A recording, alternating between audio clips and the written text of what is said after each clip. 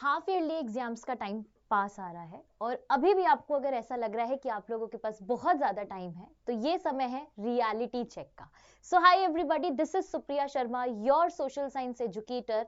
Welcome to our channel that is ICSE class 9th and 10th by Unacademy. देखिए, आप लोगों के जो हाफ ईयरली एग्जाम्स हैं वो बहुत ही अलग अलग टाइम पर वेरी करते हैं। अगर हम बोर्ड्स की बात करें तो बोर्ड सबके एक ही टाइम पर होने हैं जिसमें कंप्लीट सिलेबस आना है।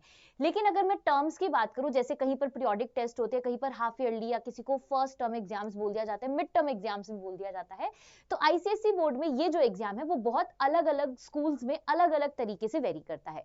फॉर एग्जाम्पल, किसी स्कूल में हाफ ईयरली एग्जाम होगा और किसी में होगा ही नहीं, डायरेक्टली आपके जो है प्री बोर्ड्स होंगे। तो ये चीज जो है आप सारे स्टूडेंट्स के लिए है। अगर आपके स्कूल में एग्जाम हो रहा है और अगर आपके स्कूल में एग्जाम नहीं भी हो रहा है तो आपको ये पता है कि इस टाइम पीरियड तक आपको अपना कितना सिलेबस जो है वो कंप्लीट कर लेना चाहिए, ताकि आप लोग प्री बोर्ड के टाइम पर बहुत अच्छे से परफॉर्म कर सके और वही प्री बोर्ड का रिफ्लेक्शन जो है वो आपके बोर्ड्स में 100 आउट ऑफ 100 यानी कि आउट ऑफ मार्क्स में देखने को मिले। सो चलिए, इसी के साथ आज की इस वीडियो में हम लोग समझते हैं कि हमारे सोशल साइंस की जो ब्लूप्रिंट है या फिर उसकी जो स्ट्रैटेजी है वो क्या होनी चाहिए आप लोगों के मिड टर्म एग्जाम्स के लिए। ठीक है, तो सबसे पहले अगर मैं जो सबसे बेसिक चीज अगर मैं बात करूं वो आता है सबसे ज्यादा सिलेबस। अब आईसीएसई में ये चीज भी होती है कि सिलेबस जो है वो वेरी करता है। बहुत सारे स्कूल्स के टीचर्स क्या करते हैं कि आपको लास्ट यूनिट से पढ़ाना शुरू करते हैं। फॉर एग्जांपल, यहाँ हिस्ट्री है, हिस्ट्री में हमारे पास 3 यूनिट है, the Indian national movement, mass movement and the contemporary world. अब बहुत सारे स्कूल्स में ऐसा होता है कि टीचर ने जो है मान लीजिए सेकंड यूनिट से शुरू किया है, फिर वो थर्ड यूनिट पर आए और फिर वो फर्स्ट यूनिट पर जा रही हैं। सेम गोज विद सिविक्स की वो ऐसा कोशिश करते हैं, बट सिविक्स में ये चांसेस कम होते हैं बिकॉज यूनियन लेजिस्लेचर से कनेक्टेड है यूनियन एग्जीक्यूटिव, तो हमेशा पहले आपको फर्स्ट यूनिट ही करानी पड़ती है। और ज्योग्राफी में भी स्कूल्स में ऐसा करते हैं टीचर कि आपको हो सकता है कभी कभी लास्ट से शुरू करते हो कि एकदम इजी वाले चैप्टर ट्रांसपोर्ट, वेस्ट मैनेजमेंट, ये सारी चीजें आपको पहली कराई जाए।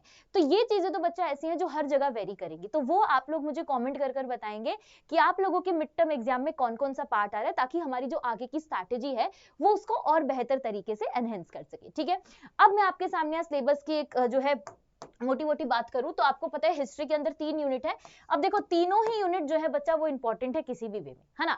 तो आप शुरू कैसे करेंगे? आप शुरू करेंगे इंडियन नेशनल मूवमेंट से ही, जहां से हम लोग जो है आपकी फर्स्ट वॉर ऑफ इंडिपेंडेंस यानी कि 1857 का रिवॉल्ट जो है वो शुरू करते हैं। उसके बाद धीरे धीरे आप ये सारी यूनिट जो है वो कंप्लीट कर सकते हैं। क्यों? क्योंकि मास मूवमेंट में हम लोग ज्यादातर महात्मा गांधी एरा वाला चैप्टर पढ़ते हैं, सुभाष चंद्र बोस जी वाला चैप्टर पढ़ते हैं और ज्यादातर क्वेश्चंस आपके वहीं से आते हैं, राइट। दूसरी चीज अगर मैं बात करूं आपकी सिविक्स की बात की जाए तो सिविक्स में टोटल 3 यूनिट है, बट ज्यादातर जो बच्चों के मिड टर्म एग्जाम्स में बनते हैं वो आपकी 2 यूनिट से ही बनता है, that is union legislature parliament and the second one is union executive.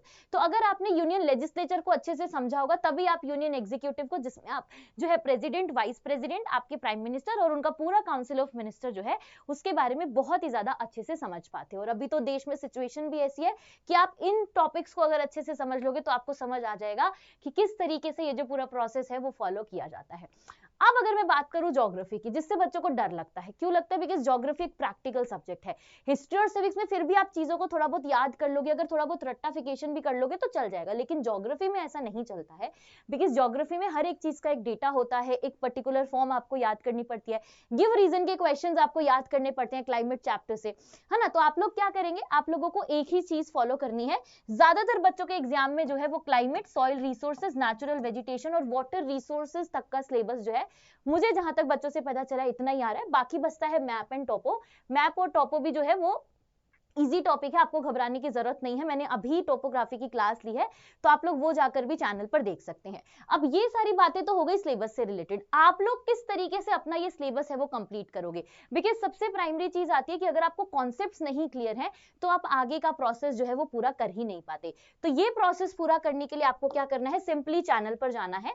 ये रहा हमारा चैनल। आप जब इस चैनल पर आएंगे बच्चा तो आपको देखो इसी चैनल पर आपको होम पेज पर, बिल्कुल देखिए होम पेज है, होम पेज पर जब आप नीचे आएंगे तो आपको यहाँ पर एक प्लेलिस्ट मिलेगी, ICSE class 10th one shot syllabus 2027। सबसे पहले ही आपको जो है यहाँ पर एक प्लेलिस्ट दिख रही है, that is complete syllabus of your history, civics and geography also. तो आपको यहाँ पर मोस्टली सारे चैप्टर्स के वन शॉट मिल जाएंगे, जो भी चैप्टर आपके हाफ ईयरली या फिर आपके मिड टर्म एग्जाम्स में आ रहे हैं। देखिए, natural vegetation, president vice president, growth of nationalism, water resources, soil resources, first war of independence, union legislature and climate. तो ये वो टॉपिक्स है बच्चा जो आपके एग्जाम में आ रहे हैं। आप अपना सिलेबस जो है वो यहाँ से जाके इन वन शॉट सीरीज से जो है वो कंप्लीट कर सकते हैं। अब हम बात करते हैं उस स्ट्रैटेजी की जो कि आप लोगों को फॉलो करनी होगी through out this time period, because time ज्यादा नहीं बचा है। ऑनेस्टली मैं बताऊं, बहुत से बच्चों के एग्जाम्स तो जो है अगस्त से ही, फर्स्ट वीक ऑफ अगस्त से ही शुरू हो रहे हैं। तो आप लोग अभी भी अगर ये चीजें फॉलो कर लोगे तो आप जो है बहुत अच्छा परफॉर्म कर सकते हो। क्या क्या है ये चीजें, ध्यान से सारे बच्चे देखेंगे।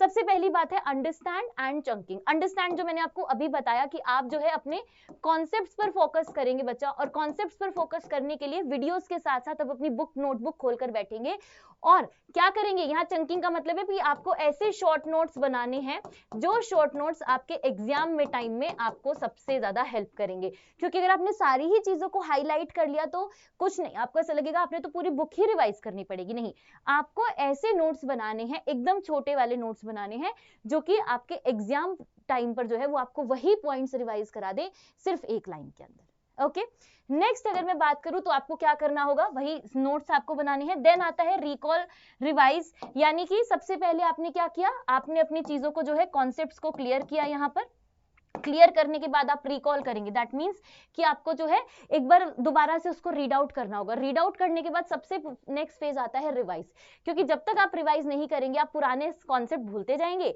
नए कॉन्सेप्ट याद करते जाओगे, पुराने जो है वो धीरे धीरे आपसे ब्रेन से जो है वो आपके निकलते चले जाएंगे। तो इसीलिए आपको क्या करना है, पहले रीड करना है, फिर उसको रिकॉल करना है, एक बार कॉन्सेप्ट वापस से देखना है और फिर रिवाइज करना है। इसी प्रोसेस के साथ अगर आप चलेंगे तो डेफिनेटली मैं बता रही हूँ कभी भी मार्क्स कम आएंगे ही नहीं, क्योंकि आपकी अंडरस्टैंडिंग बढ़ जाएगी। नेक्स्ट आता है आपके पास complete your map work and topo. अब आप बोलोगे कि मैम टॉपो और मैप वर्क हम कहां से कंप्लीट कर सकते हैं, तो अभी अभी मैंने आपको जो प्लेलिस्ट दिखाई थी उसके अंदर ही मैं आपकी टॉपो की और मैप की क्लास भी ऐड ऑन करवा दूंगी, जहां से आप लोग क्या कर सकते हो, अपना मैप और टॉपो वाला पार्ट भी जो है वो कंप्लीट कर सकते हो। बहुत ईजी है, मैं खुद बोल रही हूँ। बोर्ड्स में बच्चा देखो, बोर्ड्स में जो भी पेपर आएगा वो सारा ऐसा पेपर होगा जो आप सबको देना है, उसमें कोई सिलेबस वेरिएशन, कोई इधर उधर की चीज नहीं है। क्योंकि ये जो एग्जाम है ना, मिड टर्म एग्जाम, अब वो किसी स्कूल में हो सकता है 40 मार्क्स का हो, किसी स्कूल में हो सकता है 80 मार्क्स का हो। तो अगर मान लीजिए आपके स्कूल में ये एग्जाम 80 मार्क्स का अगर हो रहा होगा तो समझ लीजिए आप एक तरीके से बोर्ड का एग्जाम दे रहे हो, आपको बोर्ड का एक्सपीरियंस जो है यहाँ पर देखने को मिलेगा, और वही सबसे अच्छी चीज है। और उसमें जहां पर बच्चों के सबसे ज्यादा मार्क्स कटते हैं वो होता है एक तो टॉपो वाला टॉपिक, और दूसरा टॉपिक होता है आंसर राइटिंग। तो आप लोगों को क्या करना है, अभी से अपनी आंसर राइटिंग पर जो है प्रैक्टिस शुरू करनी है। जितना आप आंसर राइटिंग करेंगे उतना कॉन्फिडेंस आपका बढ़ता चला जाएगा, और उतनी ही सुंदर प्रेजेंटेशन जो है वो आप अपने एग्जाम में लिख कर आओगे तो आपको बोर्ड्स में मार्क्स अच्छे ही मिलेंगे। ठीक है, तो अभी आप लोगों के ऊपर डिपेंड करते हैं कि आप इसमें से कौन से स्टेप को कितनी जल्दी शुरू करते हो, ताकि आप लोग जो है अपनी तैयारी में और एक बेहतरीन, मैं बोल सकती हूँ कि 4 चांद लगा सकते हो। ठीक है, सो यहाँ पर मैं आप सबको I wish you all the best from our whole team. इसी के साथ आप मुझे कमेंट करके जरूर बताइएगा कि आपके मिड टर्म एग्जाम्स में या हाफ ईयरली में कौन कौन से चैप्टर्स आ रहे हैं, ताकि अगर उसका वन शॉट भी रिमेनिंग होगा तो मैं आपको वो प्रोवाइड कर दूंगी इसी चैनल के ऊपर। और अगर कोई नया स्टूडेंट है तो do not forget to subscribe and also to share with your friends. Bye bye and take care.